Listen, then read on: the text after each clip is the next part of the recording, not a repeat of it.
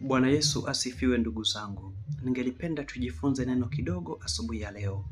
Bwana Yesu anasema katika kitabu cha Mathayo sura ya 6 na mstari 31 hadi 34, anasema hivi: msisumbuke basi mkisema tule nini au tunywe nini au tuvae nini, kwa maana hayo yote mataifa huyatafuta, kwa sababu Baba yenu wa mbinguni anajua ya kuwa mnahitaji hayo yote.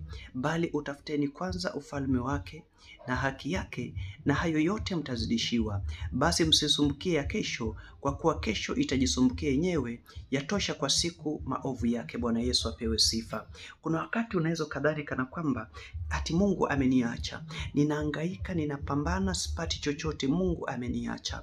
Kumbe Kristo alileta mtazamo tofauti. Katika injili ya Kristo, katika agano jipya, ahadi zake ni tofauti na ahadi za agano la kale. Katika agano jipya, ahadi zetu za kwanza ni za ufalme wa mbinguni. Ahadi zetu za kwanza ni kuirithi nchi mpya ambayo ni Yerusalemu mpya, sio kurithi mali hapa duniani.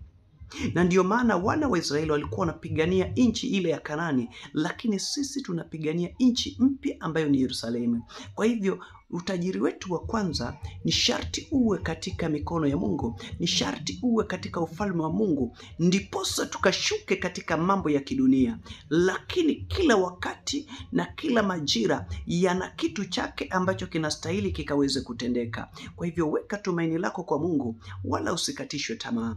Mungu yupo pamoja na wewe na anakupenda na anajua ni wakati gani atakapojibu maombi yako, kwa sababu wakati wa Mungu ni sahihi. Barikiwa sana.